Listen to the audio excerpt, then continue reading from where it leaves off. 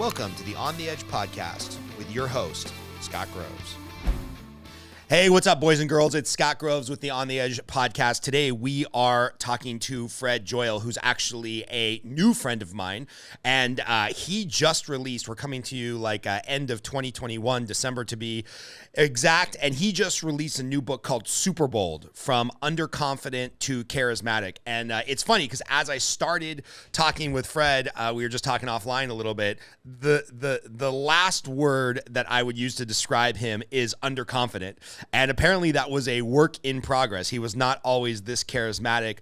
And what I learned quickly is that Fred founded 1-800-Dentist, which is crazy because I remember those commercials from my youth very vividly of advertising 1-800-Dentist, which I didn't realize that dentists need to be advertised. Grew that to $1 billion business, and now is kind of moving from just showing people how to market and do great things in dentistry to how to really market themselves just through life, through anybody. So Fred, welcome to the show, man. What did I miss on the Reader's Digest introduction of Fred? That's great. I'm excited to be talking to people. I wanted to clear up the $1 billion thing. Generated $1 billion of revenue over the 30 years I ran the business. So it wasn't doing $1 billion. It wasn't worth. Didn't have a market cap of $1 billion. If only. If right? only, yeah. We wouldn't be talking. You'd be sitting on your own private island. Yeah. I wouldn't be talking to you right now. No, but yeah. And so Superbold is the book. Some people go, Super Bowl, what? It's about the Super Bowl? I don't get it. It's BOLD at the end. And it's how to cultivate the superpower of boldness. Because as I mentioned, when we were talking offline, I was an incredibly painfully shy person growing up. And it really, I was stacking up the regrets and the missed opportunities. And I very gradually figured out how to get past it and eventually started my own business that had great opportunities, great fun, taken all sorts of exciting risks along the way, and had a very satisfying life because I learned how to be bold. And I figured out a way to teach people how to do that in a much more compressed way. And that's what's in the book. The book is really everything I wish I knew at 20 or 30 even. And why, I like to kind of go to the why underneath the book. Why do shy people miss out on opportunities, right? Because I think some people equate the term bold or charismatic or gregarious, maybe with being a little cocky and maybe something that somebody you don't want to talk to. And then, when I think of shy, my head immediately goes to like the engineer type that might build some app and cash out millions of dollars one day. So why, in your experience, do shy people miss out on some of those opportunities? Or why does that even happen to begin with?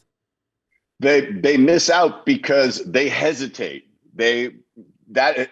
Hesitation is the opportunity killer. There are moments when you need to step up or speak up or be comfortable presenting your ideas. If you're an entrepreneur, you got to be really good in front of people. You got to be really good at connecting with people. If you want to raise money, if you want to do sales, if you're a salesperson, you got to be confident enough to ask for the order. And the difference between a person who's having conversations and thinks they sell really well and a really successful salesperson is a salesperson gets the money at the end, gets the deal, gets the order. And it takes boldness. It takes confidence to do that. It takes boldness to let the rejection bounce off you. So I'm not talking about show-offs and cocky people and stuff like that. I'm talking about you can walk up to anybody and introduce yourself and have a normal conversation.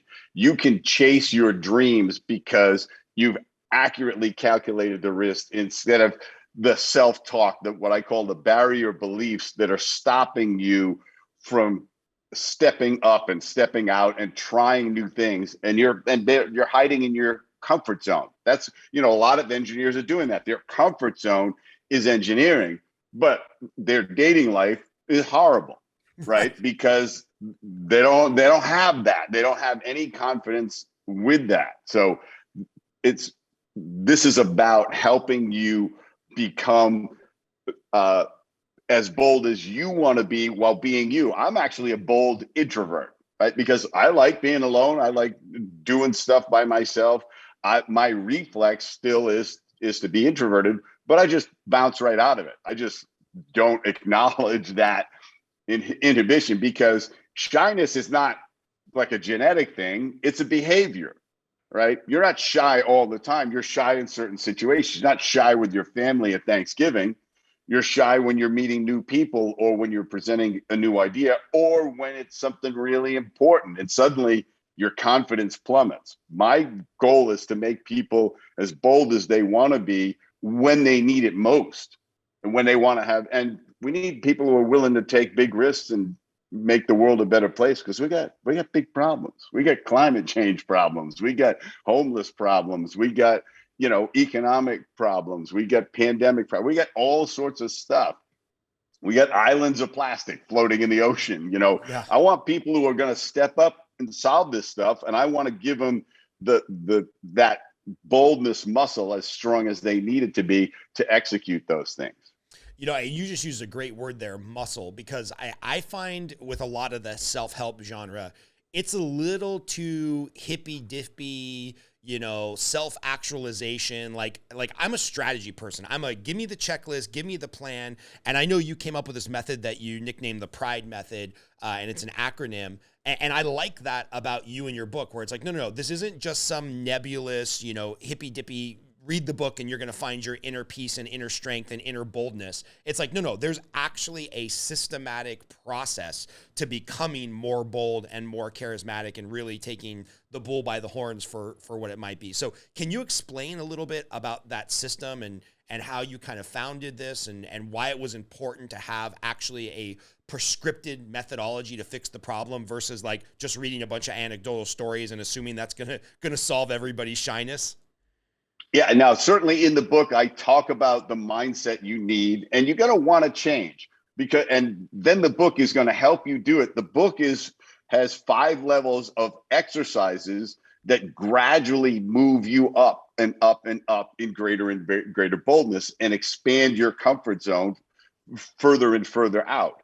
And the PRIDE method is an acronym for the steps you use to do the exercises, and also to, if you need to summon your boldness in a certain situation, you're going to need some or all of these steps. And the P stands, I'll spell out the 5 words. So it's preparation, relaxing, insights, dosage, and everyday action. And so preparation, prepare what you're going to say. If you got a presentation to do, you're going to prepare everything that you're going to say. And the power of it is when you're prepared, then you can be spontaneous. If you're not prepared, your spontaneity sucks most of the time, and especially if you're anxious in that situation. So it's about how am I going to prepare for this? If I'm asking for a raise, if I'm going to talk to a customer and ask for the order, how do I get there? What's the verbiage that I'm comfortable with? So if I want to freestyle it, I can, but I can always swing back to that particular phrase that pays or whatever. So I go into a lot more detail on each of the steps, but that's essentially the first step. Second step is relaxing, to know how to relax yourself, because people always do this. They go, why don't you just relax? And you go, do I look nervous? Oh, crap. It's like, and now you're twice as nervous because now you think your nervousness shows. Right. So now your anxiety has bounced up, right? So but people tell you to relax. They don't tell you how, but it's pretty easy, actually, once you understand some basic techniques. And I go into more detail, but it's basically check your physiology, because when you're not relaxed, you're tensed up. Like you got your arms folded tight, or your shoulders are up around your neck, or you've pretty much stopped breathing, which is what happened. It's all this stuff. And the root of it is the brain interprets physical danger and psychological danger exactly the same way with exactly the same chemicals. But the psychological danger is all interpretive by the person who's experiencing it, right? Because they go, I'm going to be embarrassed in this situation. I'm going to fail. I'm going to, be humiliated, whatever. People are going to laugh at me. That's rings the danger bell. So the body goes, well, I know what to do. I'll turn on the waterworks. I'll make your forehead wet. I'll make your armpits wet. I'll limit your cognitive powers because we don't need that. We need muscle memory to protect ourselves from the wild animals, right? It's a whole, and when you stop that, suddenly you can relax. The other way, then incorporating breathing into it is really important. It's amazing what 3 deep breaths will do to relax you. And if you stimulate the vagus nerve, it's even better, which is a nerve that runs from your neck all the way down through your navel, inside your body. And when you vibrate it by going ha, you hold that, you take a deep breath and let it out really slowly. You do that 3 times. It's shocking how relaxing it is. I've done it with people all the time. I've done it myself. Like if I'm walking on a stage with 5,000 people and they've had 3 screw ups with the technology already and they're making me nervous, right? It's like, what is this? And what's gonna happen next when I'm on stage and try to change slides or whatever, or the mic is gonna go out or whatever. And so I'll do the Vegas breath.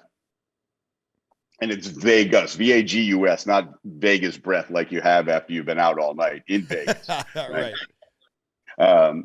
And and when you relax when you realize you can relax yourself, you relax more. Just like realizing you're anxious makes you more anxious. Right.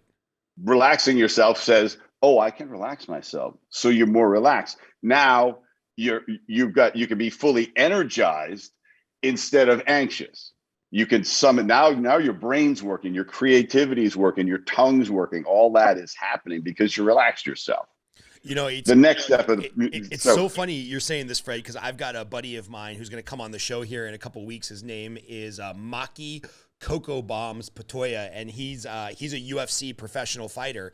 And I was talking to him about this last camp he was in. He just had a fight, which unfortunately he lost on pay-per-view. It's a bummer, but he's got another fight coming up. And I said, hey, what's the thing that you took out of this camp, right? Because these professional fighters, they're always in shape, but then they'll go through like an 8 or 12 week intensive camp leading up to the fight, losing the last couple pounds they got to lose to make weight. And he's like, oh, we've been working all on breathing. And I'm like, really? Breathing? Like not punching, not jujitsu? And he's like, no, I already know how to do that shit. I need to learn how to stay calm and effectively hydrated with breath as I'm in the fight. So he was walking me through this exercise where it's like you take 3 deep breaths and then you run 10 steps while holding your breath or exhaling. And then you take 3 deep breaths. And what they're trying to do is simulate a fight where you forget to breathe for 10 seconds while you're physically exerting yourself. And then how can you quickly calm down with that 3 breath? It's exactly what you're describing with the Vegas breath, where it's like, all right, you take 3 deep breaths and let it resonate through your chest so that, if you're in the middle of getting your ass kicked and you regain your composure, you can kind of get back to top physical form in 3 deep breaths. So it's so funny because we were just talking about this the other day where he's like, all right, now do this breathing exercise. Now run 10 steps. Now try to hit the pads for 5 seconds and you feel your legs give out and whatnot. And he's like, all right, now take these 3 deep, he didn't call it Vegas breaths, but I'm going to explain to him the technique because this is exactly what he was working on at the highest level of combat sports. So it's amazing. Yeah, well, and talk about needing oxygen. Right. Right. You don't want to be slipping into anaerobic while you're getting your ass kicked, right? You want oxygen in your blood, rich, right? Right. And so holding your breath, you maybe want to do that when you're getting punched in the stomach, and that's about it. Yeah. But so, yeah, insight. I mean, it's incredibly powerful and effective. The I in pride is insights, and there's some key insights. I go into several but the basic one that shy people don't realize is that most people are not thinking about you anywhere near as much as you think they are. They're thinking about themselves, and secondarily, if they don't know you, they're running a judgment based on the simplest of impressions, by your hair, by the way you drive, whatever the heck it is, right? And so why would you give them any stock in that opinion of you? But that's what we all do. People go like, oh, people are going to laugh at me. Whereas a bold person says, what people are these? Do you know them? Do they know you? Then why do their opinions matter so much to you? Bold people go like, I have 5 people whose opinions matter to me a lot. Everybody else, it's 1 or 2, unless I'm trying to communicate effectively with them at that moment. And it's a huge insight. The other thing that bold people have figured out, which is amazing, and I watched them do it for years, and I went like, now I get it, is they figured out that 99% of the time, whatever they do, nothing bad happens. Whereas the shy person is great at figuring out all of the bad things that could happen, right? And cataloging them. And that's where the hesitation comes from. They're overthinking the hell out of it. They're really good at coming up with the bad scenarios, but they're terrible at calculating the odds of them actually happening or how bad they actually are. The bold person goes, nothing's bad. If I fail completely, it's just a step up, right? If everybody laughs at me, it just tells me I got to change my approach, right? Or if they're stand-up and nobody laughs at me, it's like, I got to change my jokes, right? But I don't have to be underconfident on stage. I love it when I see a stand-up comic who's super confident and with B- jokes, and he's killing it, right? And then you'll see somebody else. I've watched guys with A++ comedy just die an unholy death because they're so nervous on stage, right? So it's that interesting thing. And that's why I talk about charisma. Charisma is feeling so good inside yourself and so confident that you exude something. That your comfort is palpable to people. When you're comfortable around people, you're comfortable in every situation. The mantra that I have for people I want to be super bold is, I belong everywhere. Think about how powerful that is no matter what you are. You walk in the room and you're in Bermuda shorts and a Hawaiian shirt and everybody else is in tuxedos, and you still tell yourself, I belong here. And you know what? You're going to get to talk to everybody, and they're going to go like, where's your tux? And you go like, nah, they lost my luggage, or I forgot the combination of my suitcase, or whatever the heck it is. And everybody remembers the guy in the Hawaiian shirt at the benefit dinner, right? Now, the reason you're there is probably you did lose your luggage, but most people will go like, I don't have a tux, I can't go. The bold person goes, I guess I got to wear the shorts and the Hawaiian shirt, right? And works it. And that's the difference. Is nothing bad happens unless you decide to label it as bad most of the time. And as a side note, I'm not talking about boldness like with physical stuff. Like, I'm not encouraging base jumping or something like that. Or like, oh, that squirrel suit looks like a lot of fun. I think I'm going to try jumping off a cliff with that on, even though you've never skydived, right? You're going to die, right? It's like, that's suicidal boldness, right? I'm talking about in life when it matters, in really chasing your real dreams. And they may be like, you have to be bold enough to bungee jump or something like that, or skydive, something that's technically safe. But it's much more about human interaction and career interaction, things like that, personal stuff. Even being able to take feedback takes boldness. To give feedback takes boldness. So the next step, to stay on the pride method, D stands for dosage, which is, remember, I talked about the exercises are in 5 levels. It's wherever you are at, you're controlling the intensity of your bold move, of your step into your discomfort zone. You're not making a giant leap into it so that you retreat back inside. You're just like you would do with exercise. Remember, I talked about it as a boldness muscle. It's the same thing. If you're trying to get in shape, you don't start bench pressing 300 pounds. Right? You start with the hard weight that you can lift, and it gets you stronger. And those last 3 reps make all the difference, pushing yourself through those last 3 reps. You don't crush yourself with 300 pounds. You work your way up gradually. You'll get to 300 pounds. It won't be that weak. But it's the same thing when you control the dosage and intensity of the experience. That's why the exercises work so well, is they start nonverbal and then gradually work up, and people go like, and you get all these victories. And what you're doing is you're reprogramming your neural pathways to be more confident and more bold, because that's basically what bold people always had. Some of them, and they seem like they're born that way. It's like just nobody turned on the underconfident, shy pathways for them, so they got constant reinforcement for being bold, and so their brain just defaults to that. That's where you want to get. Because the interesting thing that happens is the more you don't act in a shy way, the more those neural reactions atrophy. And it can happen at any age. It's really kind of fascinating. And the other thing, which is really a life skill, is everyday action. That's the E in pride, is if you want to get better at anything, do it every day. Get to it every single day. If you want to exercise, do something physical every day. Do something hard some days and easier some days.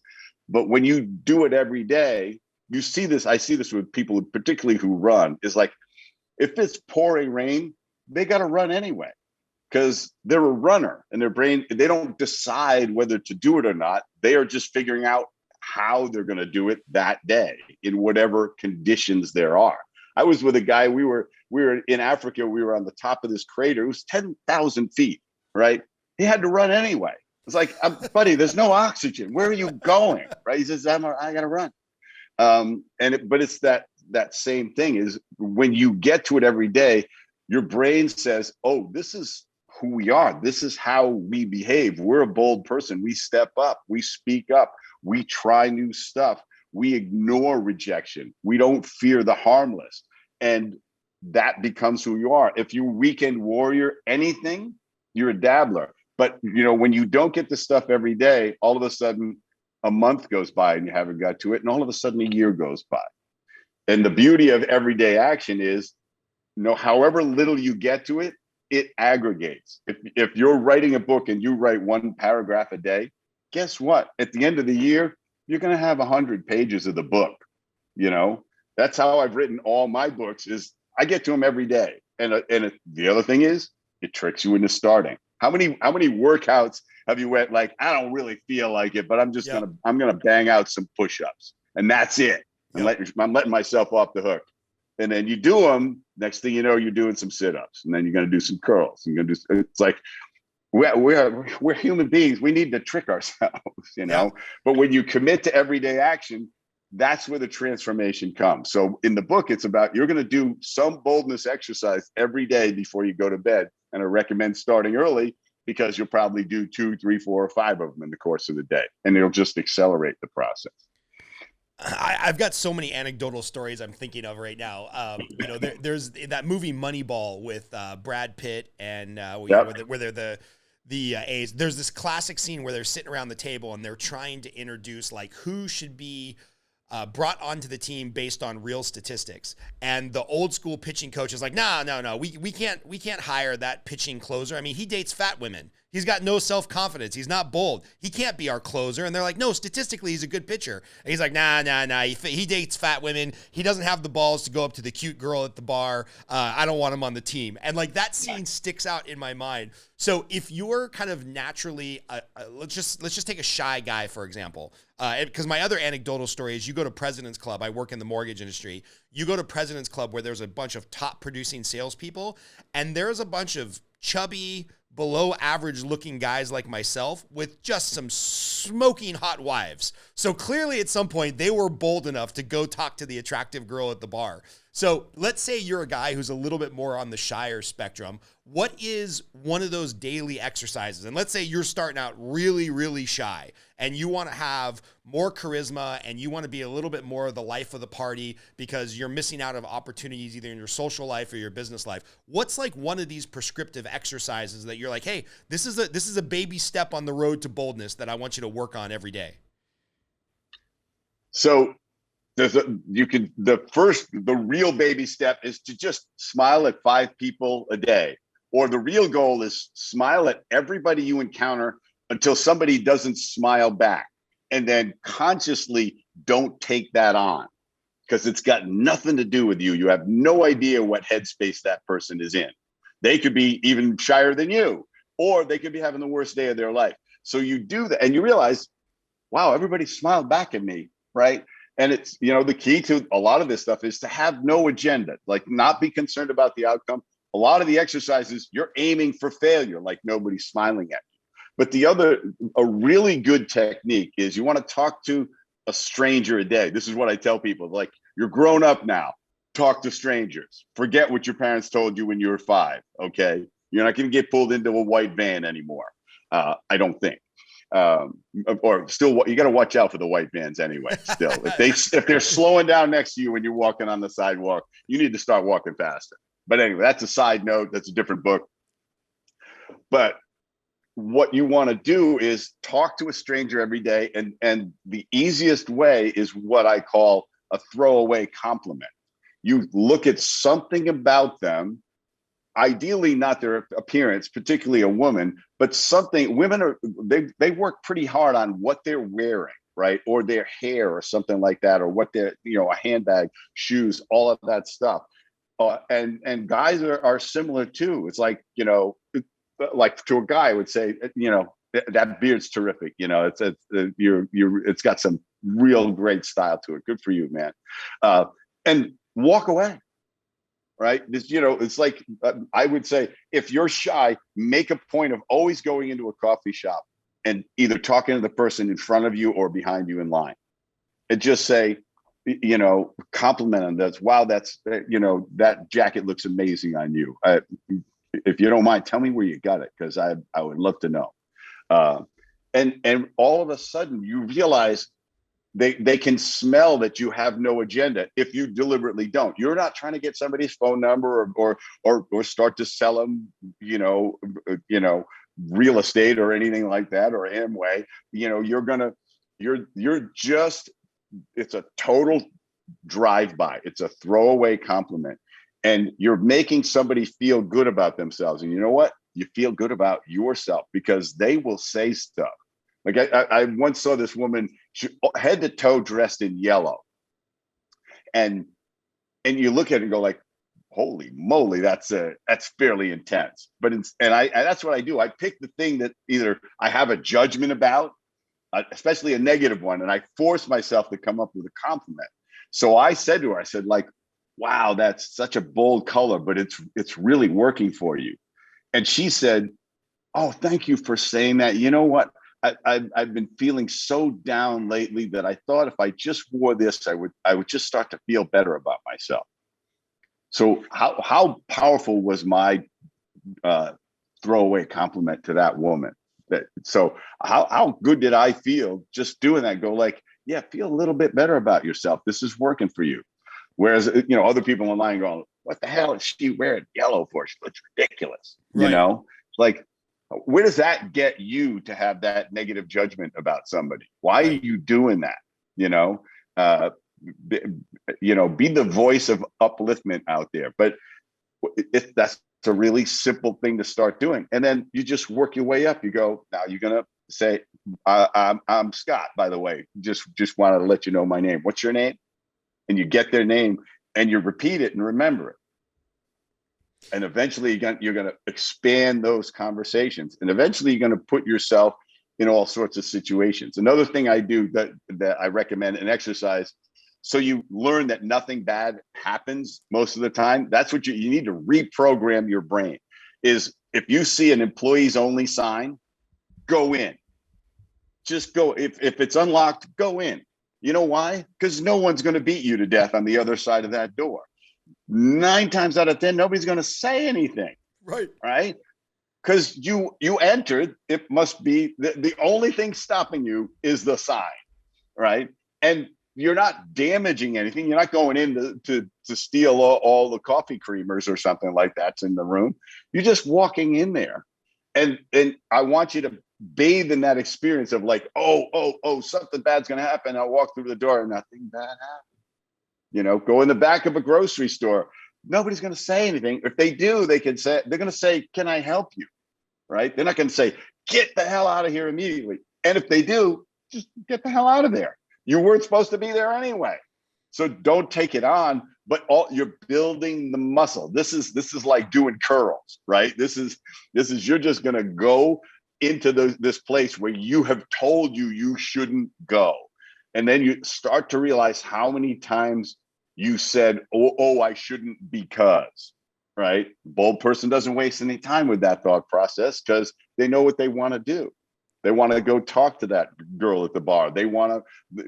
She wants to meet the speaker after he spoke and have a nice conversation with him and maybe have a private consultation with him or a date or whatever. This is a bold person says, I know what I'm trying to do. I'm not going to figure out how I'm going to stop myself. I'm going to do it, see what happens. And if I fail, the way to guarantee failure is to not try something. Right. It's like now you're rock solid. You will not achieve it. And a lot of times people, I tell them, your fear is telling you what you want most. Like, I hate public speaking. I would never want to do that. It's like, yeah, I think you actually do, right? You're just afraid you're going to fail at it. So you want it so much that to fail at it would be painful. So you don't try. So you guarantee that you never do it. I'm sorry. I rant about these barrier beliefs because I got a million of them myself. And no, it's like, I love it. I got a voice in my head that won't shut the hell up. I love it so much. As you're talking, I'm thinking about what are some of the highlight experiences in my life. Meeting my wife, bold conversation to go interrupt her when another guy was hitting on her because I wanted her phone number. I'm thinking about in my early 20s. You mentioned the walking into the employees only. I was in Vegas at some casino. There was some huge event. It was like an after party for, I don't know, the Grammys or some shit like this.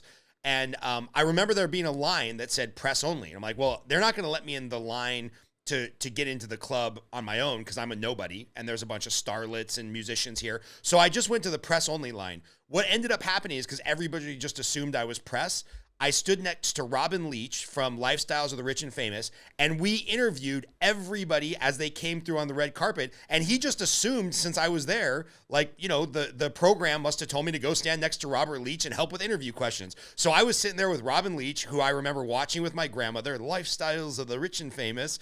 And I stood with him for about 2 hours asking celebrities questions until somebody figured out they were like, excuse me, sir, who the fuck are you? Like, where's your media credentials? I'm like, oh no, I'm just here. I just wanted to meet Robin. And they're like, get the hell out of here. But it was 2 hours. And then when they said, get the hell out of here, I just walked in with, I don't know, some country music band and ended up getting into the club and having like one of the highlight nights of my lives in my 20s because I was willing to just walk in the media only line.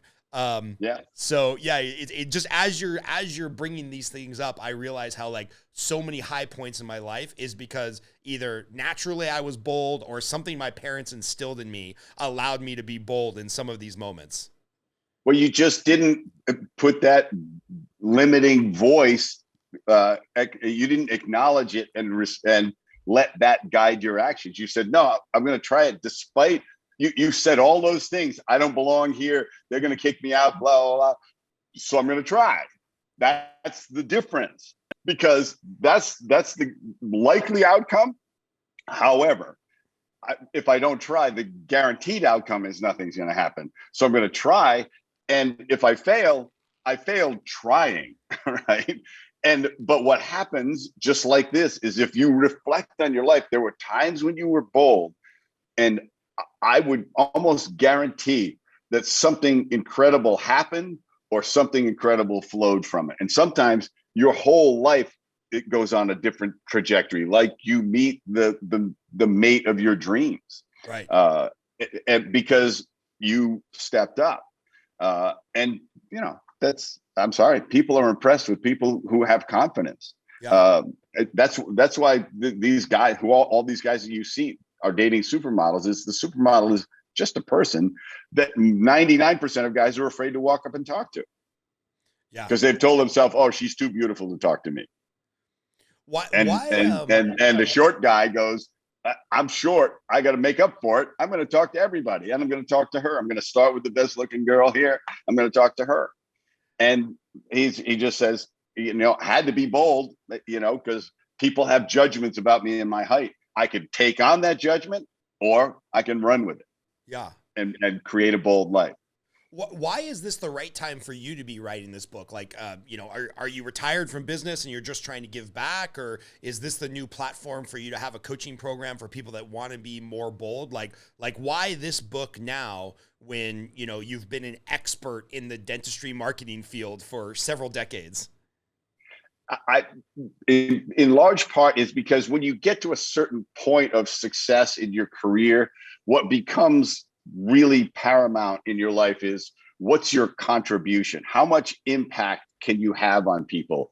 And I saw the impact that boldness was having in my life and many other people's life around me and people that I've met. I've met really successful people, billionaires, famous actors, famous athletes, and to understand how they got there with a series of bold steps. And I had done a lecture on boldness being a superpower to some high school students, and it really resonated with them. And they were like, "Yeah, but how do I do it?" And I thought, I got to break down how I did it.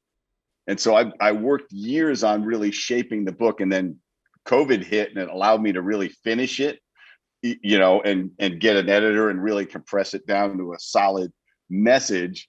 And then I just had a lot of fun coming up with the exercises, because it was like, by the time you're at level 5, you're doing some crazy stuff. You're going to be expecting people to throw a net over you at a certain point, but at that point, you're going to go, I already know nothing bad's going to happen. I'm aiming for people to think I'm weird or laugh at me or whatever. One of them is, you're going to put on headphones, you're going to stand outside a Dunkin' Donuts or a Starbucks, and you're going to sing and dance to what you're listening to. Sing badly, dance badly. You know what? A neutron bomb doesn't come and land on you. Nothing happens. People will walk around you, but you're expecting them to. You're being bizarre, but it means nothing. There is no harm unless you ascribe harm to it.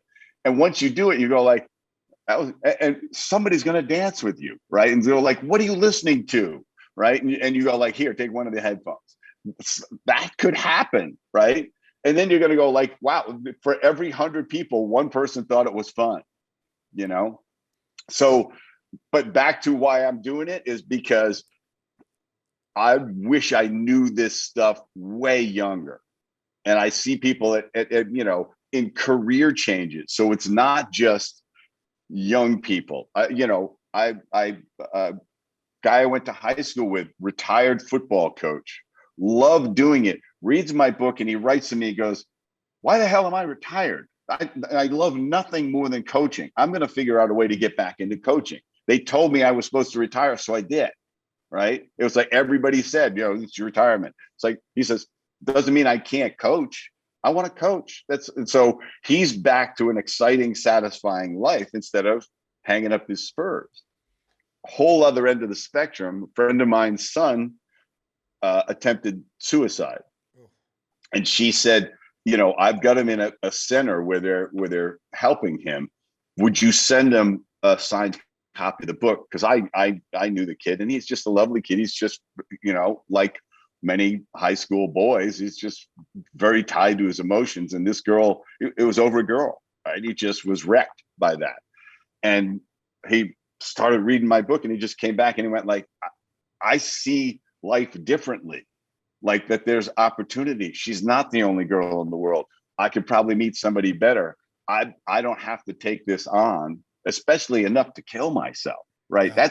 That's taking on rejection, right? And how many people do that? How many, teen suicides going up because they take on bullying or rejection or emotional hurt? I want them to know that that's all part of the game, right? And this on the other side, letting this stuff eventually bounce off you and believing that you can control your destiny to a much higher degree than you ever thought. I want them to know that. So I want to influence as many people as possible. That's, if I make good money doing this, great. I've already made good money. I've already bought everything I need, and some of it has been unused, right? And I stopped buying fast cars because and I stopped getting speeding tickets. There's a correlation there. I don't know if it's causation, but very close Yeah. to causation. There's a correlation between driving a Porsche and getting speeding tickets, probably. So that's, this is my passion to really, and I hope you can hear it in my voice. I'm like so interested in getting this message out to people in as many ways as possible. So I want to do keynotes to business people or whatever audience, high school kids.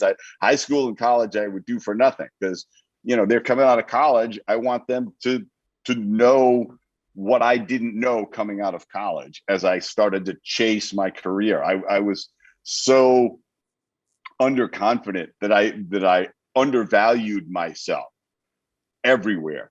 And that's the other thing that happens with underconfidence, is the other under. When you undervalue yourself, when you say, "Oh, I don't deserve to meet that guy," or he would never date me, or I don't deserve that promotion.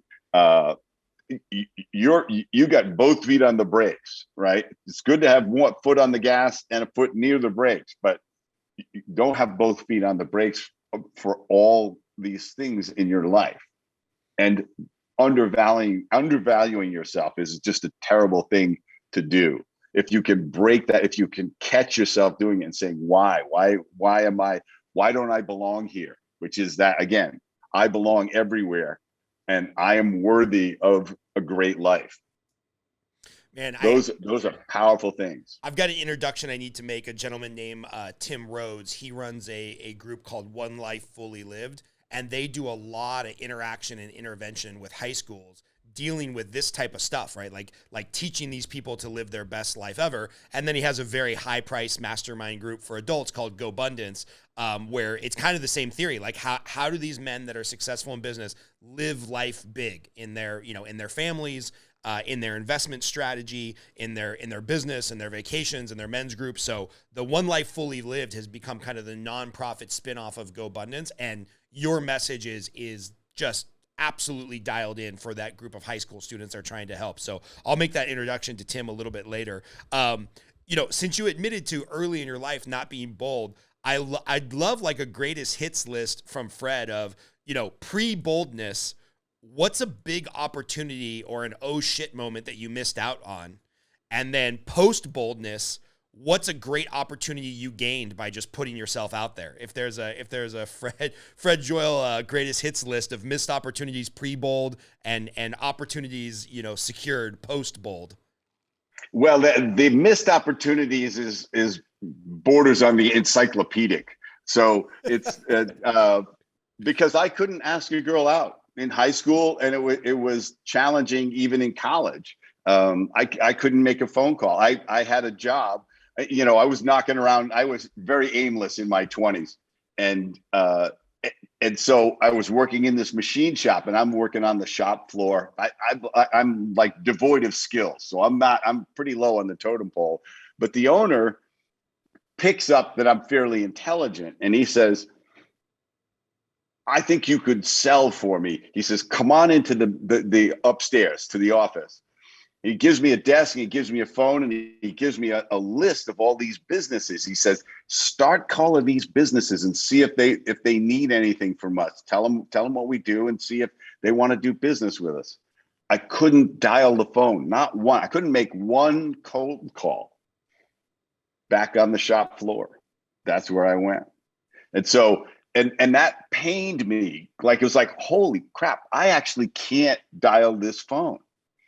And it like burned at me, and so I said, like, I gotta find a way to defeat this. And it took years, and it took getting into the advertising world and going, I love this business so much. I love writing advertising and the creativity and the culture of an ad agency. And one time, I was part of a very big ad agency. I was in the LA office, big agency, and the vice president and the CEO had come out to visit and meet everybody. And they were the kind of guys that when they get in the elevator, nobody talked. And they actually mentioned this to me after. Right. So they had a meeting with us earlier, the day before. They had a group meeting, and they talked about a bunch of stuff. And so they recognized me because they said Fred is now working on the new bank client that we have.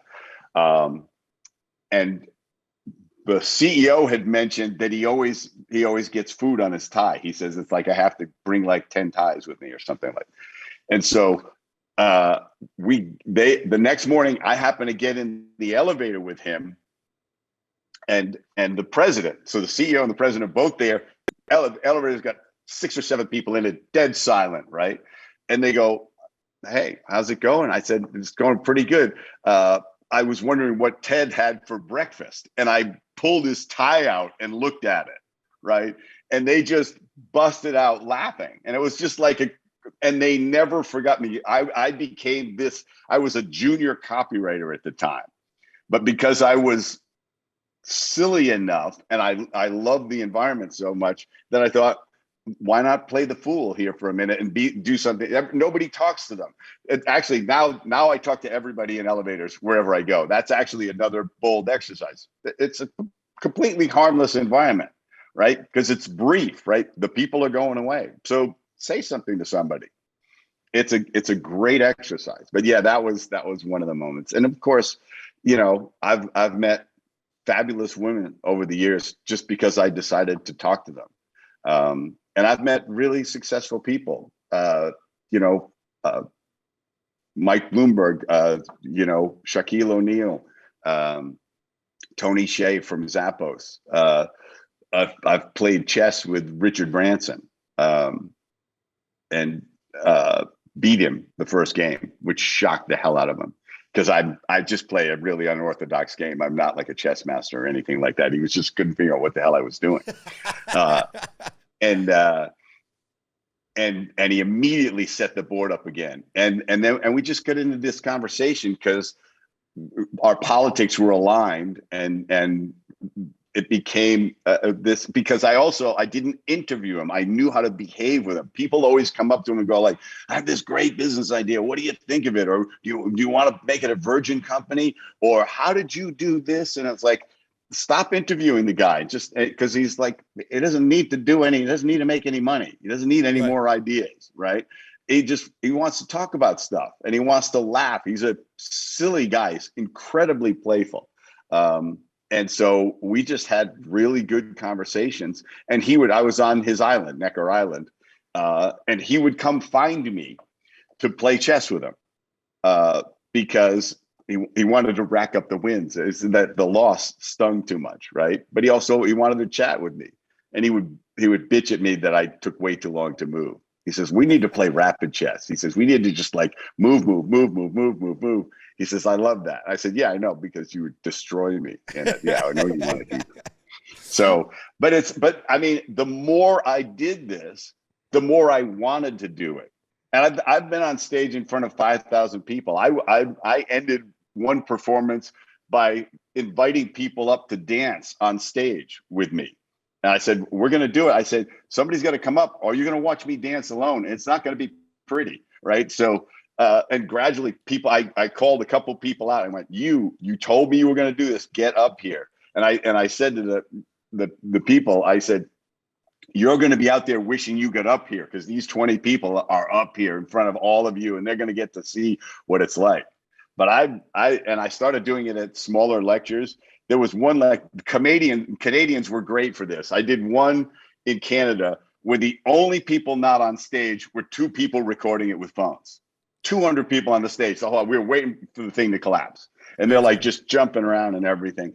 But it's like, you do something like that, and you bring out the playfulness and boldness in people, right? They go like, "Why am I hesitating? Why?" And I said, you don't want to be one of the ones sitting down. You're going to sit there and go, "I don't want to do that." But by the end of this, you're going to be beating yourself up because you're the only one sitting down. So I recommend coming up here.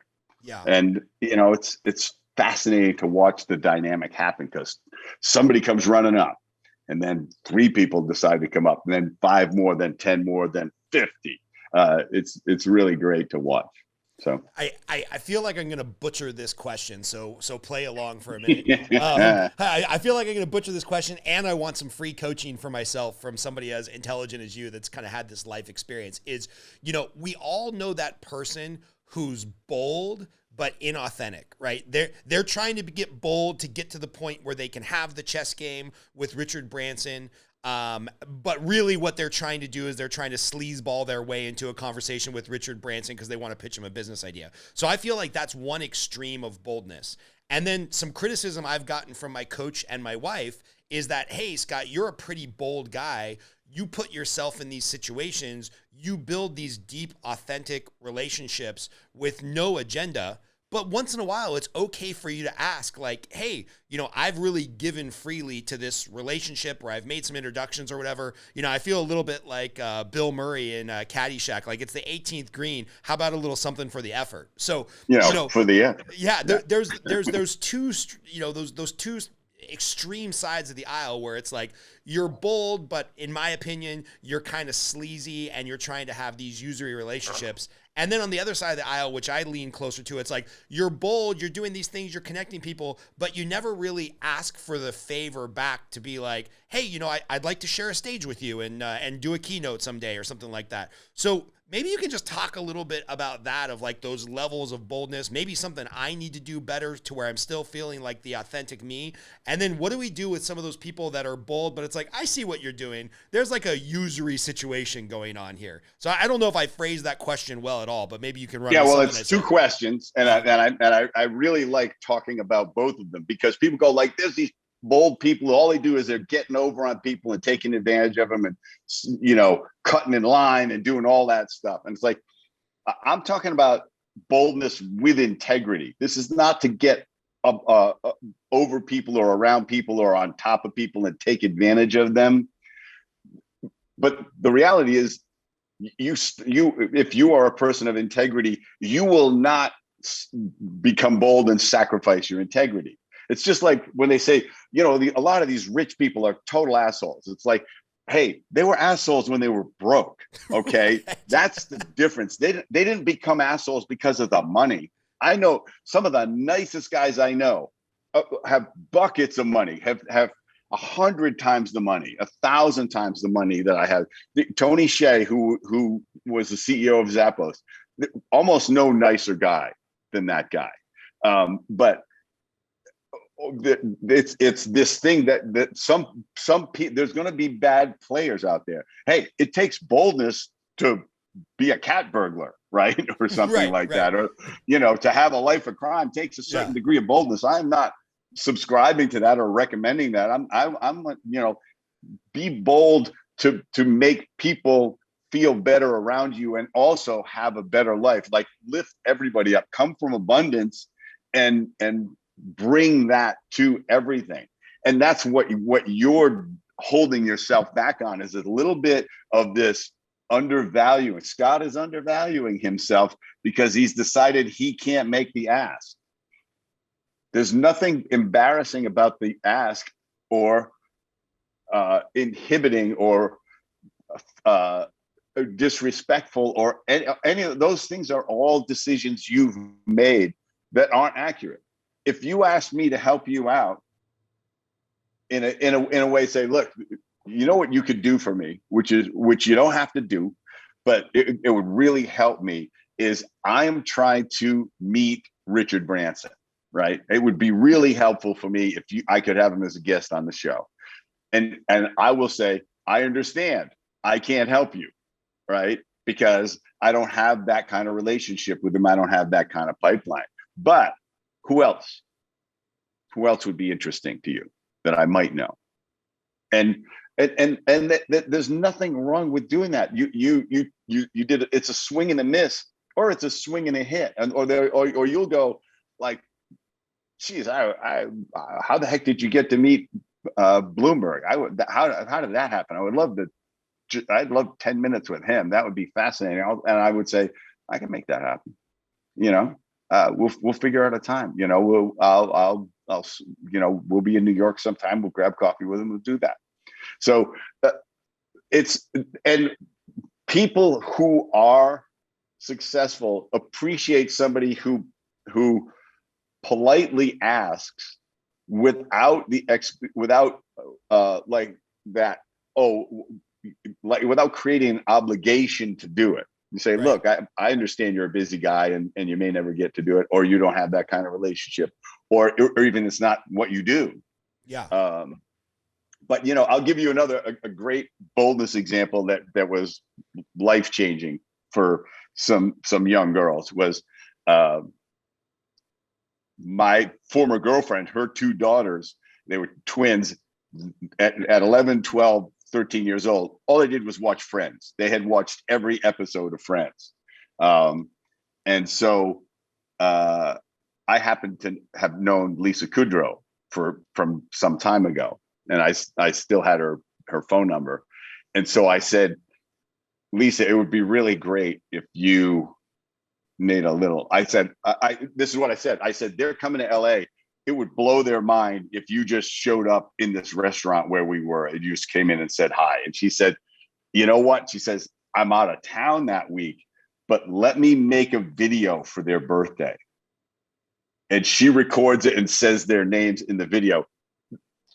You should have seen their faces when they watched this video, right? Because I made the ask of her, I made the over ask, right? To like, I want you to meet these guys, right? And she went, I can't do that, but I could do this, right? And she actually misrecorded it the first time, and she said it like I was their dad. And I went like, and I wrote back and went, I was so excited to get the video, and I watched it and I went like, oh shit, I gotta ask her to do it again. And she was like, oh, sorry, hold please. And she just re-recorded it. And was, of course, it was hilarious, but it's just like a treasure for these kids for the rest of their lives. And she didn't mind doing it. Took her a few minutes. Yeah. So that's another moment of asking and saying, how do I do this without demanding something or an expectation? And there's a way when you're relaxed inside and you say, I'm valuable enough to ask this because they're just another human being after all. But I also have to give them room to say no. I love it's that. a simple thing. But then you're not undervaluing yourself. Then you're saying, I belong in this place where I can ask somebody something like they're just another person. Yeah. Yeah, that's interesting because going back to myself, because that's the most interesting person I know, right? Like I always feel good enough to be in the setting, but I just don't feel comfortable to ask to be there. I'm like, oh, if somebody wants me here, they'll ask, they'll think of me, they'll reciprocate some favor I've done for them. And you're just reminding me like, no, most people are spending most of the time thinking about themselves. It's okay to ask for them to think about you once in a while. That's the boldness that I know I'm missing in my life. Yeah, it's like if you say I want to get in metal, your men's group, just you ask, and I say, well, let's figure out how. Right. I know I can do it. It doesn't cost me anything to do, and I know you'd be a great fit. So it's not even a challenge. But I'm not going to remember this next week, right? Unless I get an email from you that says, "Hey, how about me guesting on metal?" Oh yeah, let's do that. Yeah, that's interesting. So, knowing that you're a pretty bold person and you've accomplished probably a lot more than 20-year-old version of yourself thought, what's still on your bucket list? What are the things that you're still working on being bold on, or the stage you're looking to get on?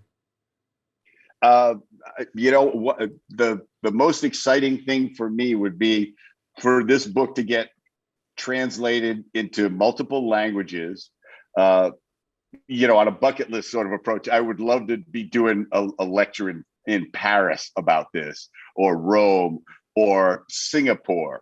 And what I would like to do beyond this book is then narrow focus it and write different versions of it. Superbold for women, Superbold for the college student, Superbold for the high school student, Superbold for Asians. Right, go through different cultures even and do that, because I'm being in the dental industry, know a lot of Asian dentists. The average dentist is pretty unbold, right? It's pretty shy. A lot of the Asian guys even more underconfident, and part of it is they culturally they're trained not to be intrusive, and then they spend 4 years in dental school where the teachers spend their entire time beating them down and diminishing their self-esteem, and they got to come out in the world and build a practice and interact with patients and attract patients, and it's a challenge. So, and there's all sorts of professions like that. There's all sorts of age groups and cultures that can benefit from this. That I may, and I, and I want to refine the exercises. Actually talked with a friend of mine. I said, would you help me if I did Superbold with women? Would you co-author it with me? Because I want you to help me create a lot more of the exercises. So yeah. I'm immediately thinking about kids. I was in line yesterday for concessions at a movie theater. We were going to go see Spider-Man, and my kids were with me. And a lot of people were dressed up in cosplay. They were dressed up because it was release day yesterday for Spider-Man. So a lot of people were in Marvel outfits and whatnot. And my son, 5 years old, saw this very attractive girl that was dressed up as Captain America, and she had the shield and everything. And he's tapping me, and he's like, Daddy, can I touch that shield? I'm glad he has to touch the shield and not something else. And I'm like, I don't know. You have to go ask her. It's her shield. He's like, I don't want to ask her. And I'm like, well, buddy, I use the word bold. I'm like, you got to be bold and go over to her in line. He's like, would you come with me? And I'm like, yeah, I'll go over there. I'll tap her, but you've got to ask her the question. So, we walked over together, and I'm already thinking of like, hey, what are some exercises with my son so that in the next year he's equally as bold and doesn't need me tap the girl on the shoulder, that he'll just walk over and be. And sure enough, she was, she dressed up for a reason, right? She wanted to be. She wanted to be noticed in a movie. Yeah, and so she loved handing him the shield and showing my daughter the shield and talking about how you could be Wonder Woman, and like she was all in. She was about ready to take my kids to the movies, and I could have gone and had a beer. And I'm just thinking like how important this message is for kids. You mentioned the teenagers that have been locked down for 2 years and not seeing people and not being able to like exercise this bold muscle, all the way down to my 5-year-old. One of the things I get the biggest kick out of is my 3-year-old daughter loves taking my credit card and running to the waiters area of the restaurant and paying the bill. She gets a kick out of that. And so, getting kids to be more bold, like, man, what a great follow-up book after this one hits, number one on the bestseller list. Yeah. And it's like, the super bold parent, which means you are teaching boldness from the start. And you have to, this is a lot of parents, what they do is that was my mom. My mom was really bold, and she pushed me too deep into my discomfort zone. So it made me shyer, right? She was always, call so-and-so, right? And tell her I'm coming over. It's like, I don't know her. I don't like her. I don't want to call her, right? I'm like 8 years old, right? But my mom was like, why is this a problem? She couldn't even relate to it, right? My mom was an insurance broker and then eventually sold real estate. And she was like the first female insurance broker in the state. It's Amazing. Like, she did stuff constantly, but she was always, she pushed me too deep. She didn't control the dosage. So it's such an essential thing to gauge your kid and to do exactly what you did. Because I talk about that in the book too, is get a wing person, but the wing person, it's a gentle nudge. It's not a shove, but they're not doing it for you. Right. You can we'll stand here all day if you're, and wait till you're willing to go over and talk to that person, or I'll walk up with you, but you're going to do the talking.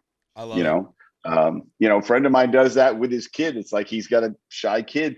So he says, when the waiter comes, you're going to look him in the eye and you're going to tell him what you want to eat.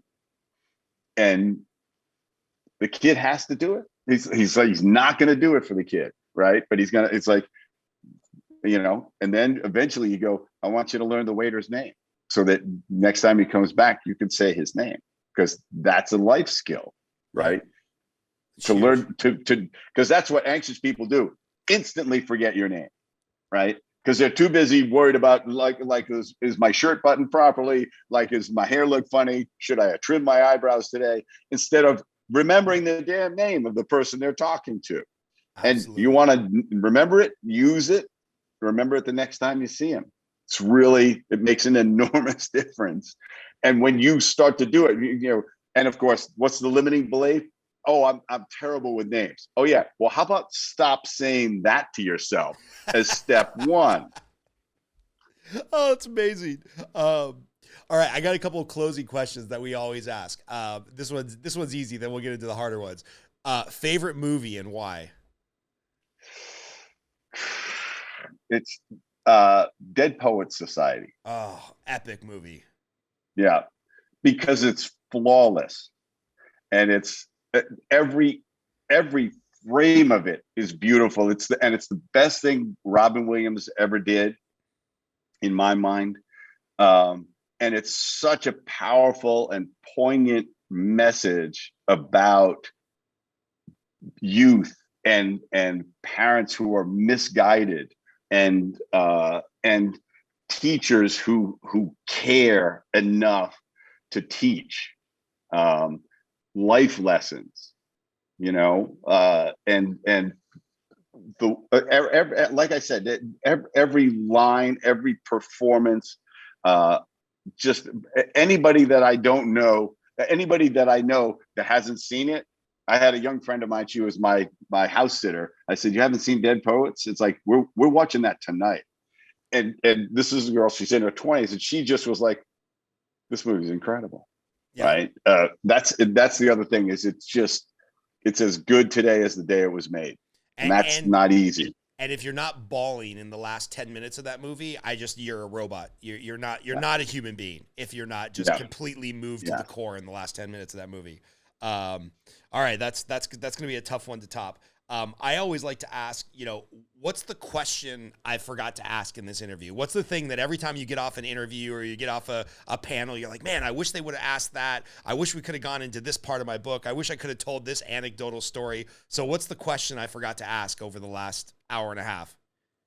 One of the things I teach in the book is how to make anyone you meet feel like they're the most important person in the room. They're the most interesting person in the room. And it's a really simple process. Give it to us. No, no, I can't do that. Okay, they got to buy the book. No, I can do it. I'm gonna do the high speed version of it. Perfect. Right? Because it's there's an acronym called the laser technique. Okay, and so it's listening. First step, you want to listen to that person, okay, and then focus only on them. Pay attention only to them. This is what people when you meet somebody, listen to them, ask them questions. That's really the cornerstone of it. But don't let your attention wander. Now, the type of question is critical. Don't, like we were talking about with Chris Voss earlier before the interview, don't ask yes or no questions. Never ask a yes or no question. Ask an open-ended question. And then the next step, the critical step, is when they answer, like, I have my go-to questions, like, what's the most interesting thing that's happened to you this week? What's the most interesting place you've been to this year? And because they're going to be excited to tell you about it. And then after they do, say, tell me more about why you like that restaurant so much in Rome. Tell me more. Don't jump in with your story. Keep asking questions. You could talk to somebody for 20 minutes and never tell them anything about yourself. Just keep asking questions. They will walk away thinking you're the most interesting person they've met at the whole party. Totally. Because you are interested in them. And it's all you're doing. And by interested, you are locked onto them. Your eyes are not wandering around the room. And it's hard to do. It's a hard habit to break, especially shy people have trouble making eye contact. But you want to make eye contact. And it's not about what you have to say. It's what's about them. What's interesting about them. And you know what? There's always something interesting about somebody. The weirdest, strangest person in the room is interesting if you just dig deep enough. And then when you break away, don't let it trail off and go, all right, I'm going to go. You go, it was Scott, it was amazing to meet you. I so loved how you approached the mortgage business. It was really interesting to hear about that. There's a couple other people I want to meet, but I look forward to running into you again. That's when you break eye contact, not before. And then the next time you see them, remember them. Remember them and one thing about them. And I've watched people do this with 40 people in a room, one at a time. Wow. And every one of those, and they never break away. They zero in on that person. And I saw people doing it when I was really coming up in business, and I met people who were like that. And I started to analyze it. And I went, they made me feel like I was the only person there. And then they would walk away and do it again. And I thought, wow, it just happens, right? I don't feel cheated because I got the full them. And that's really what you're doing, giving somebody your full attention. Yeah, that's amazing. I love that. I have another friend I'm going to introduce you to. He runs a dad's mastermind group where this conversation is just super relevant for his podcast called Front Row Dads and making bold children. You guys would have a fascinating conversation. And John told me several years ago that he committed to never asking the question, "How are you doing?" Because everybody says, "How you doing? How's your day going?" So now John, every time he sees somebody, he's like, "Hey, what's the most exciting thing that's going on in your life right now?" And the quality of conversations that has stemmed from just changing that throwaway line, "Hey, how you doing?" Like, he'll just stop in the middle of the street and be like, "Hey, man, I saw you made eye contact. What's the most exciting thing going on in your world right now?" And sure enough, everybody wants to tell a story about what's exciting in their world. And then he finds podcast guests and he makes great relationships and he can introduce this person to that person to this person because it turns out they're both going to, climb Mount Rainier next year together. And I'm just like, this guy is a world-class connector because he's just changed the quality of that upfront question. Yep. Amazing. It's really that simple, because how you doing basically says, I'm saying hi, right? Right. So that's not, there's nowhere to go with that. And also there's two things I warn people about, which is playing top this in a conversation, which has two dimensions. Like if you said, "I just get back from Rome, it was fantastic. I've never been there. And I saw all of the ruins and stuff like that. It blew my mind." And instead of saying, "Tell me more about it. Like, how much gelato did you eat?" Instead of say, "Tell me more about the food you had," or who is the most interesting place person you met, or whatever. I go, "I was in Rome 5 years ago. I saw the Rolling Stones. I met backstage when met Mick Jagger and Keith, and we all went drinking after." And you're playing top this because the person's got suddenly their Rome visit is boring, right? Right. And they so don't do it. Don't ever do that, right? Be more interested in them. Don't don't correct anybody. This is the other thing. This is the know-it-all reflex. It's like, no, I know that you're wrong. You didn't pronounce that word right. Or that statistic was wrong. Oh, so such and such a business sold for 1.2 billion. You go, no, it was 1.5. Right. Shut the hell up. Right. Why is it so important to know more than that person? And do you think they like you more because of that? Has that ever happened to you, that when somebody corrected you, you went, "I just love the way they corrected me. It was fabulous," because it was so important to the conversation that they jumped in and corrected me. Right. As I'm trying to tell a story and the minor fact had to be fixed before we could proceed because they knew more than me. Most people, how exciting for them. Most people are subconsciously calling that guy an asshole, or maybe consciously they're calling that guy an asshole because they're certainly saying it to other people. For sure. Yeah. And the other thing is monologuing. Is and a lot of shy people do this when they finally get somebody to talk to them. They talk in an unbroken stream for 5 minutes straight, right? Because they're not shy, they just act shy, and somebody opened the floodgates on them. So they're like, blah, blah, blah, blah. And then I was in Rome and I had 5 flavors of gelato, and then I fell asleep on the park bench, and the policeman arrested me, and it's like, slow down, right? You're not interesting if you're monologuing. The second you catch yourself doing that, stop and ask a question. You go, "I'm really excited about this, obviously, but what's your favorite city in Europe?" And they go, "Oh, she's self-conscious enough to stop, right? And you just go, I'm really passionate about that, so that's why I'm going off on this. But tell me more about, when you've been in Europe. What interesting happened to you there? All of a sudden, there's an exchange. All of a sudden, you're an interested person. Amazing. So really key. So those are the keys to that technique, which I go into more detail in the book on how to do it.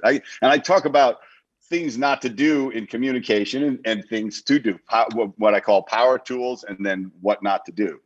And so a lot of it is also, how to be more effective at human interaction.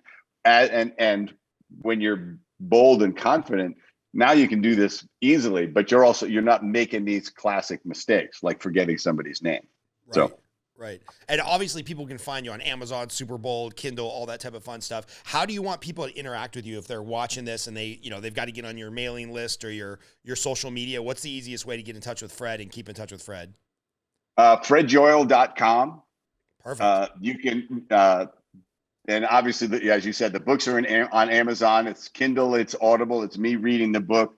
And you can, if you're reading a digital version, you can go to FredJoyal.com and download a PDF of the exercises in the journal format that you're going to be working with.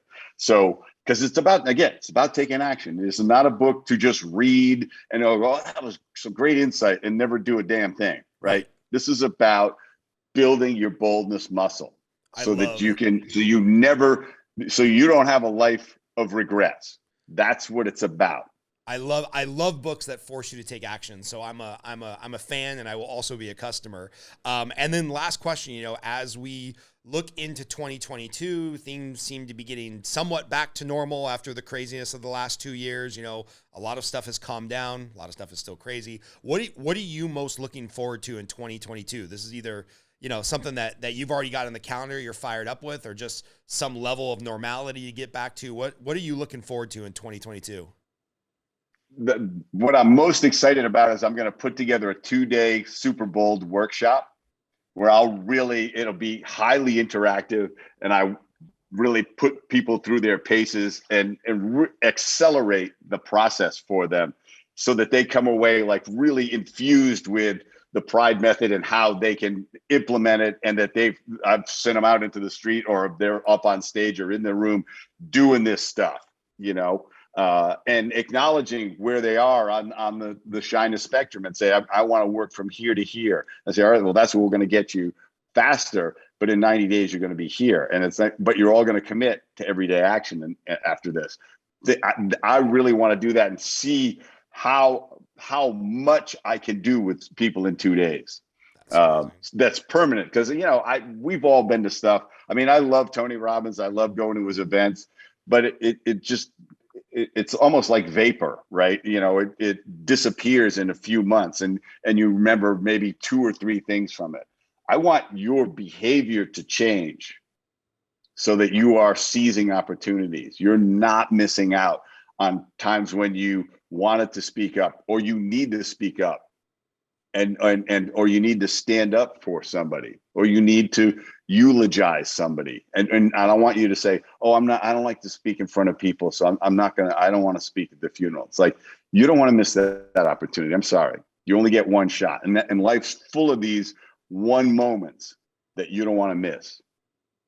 That's the way to close a podcast, man. Let me know when the Superbold workshop is going on. I will send that out to our email list, because I think your stuff is so valuable. And we'll talk to you soon, Fred. Looking forward to having you back on the show in a couple months. Thanks, Scott. It's been great. Talk soon.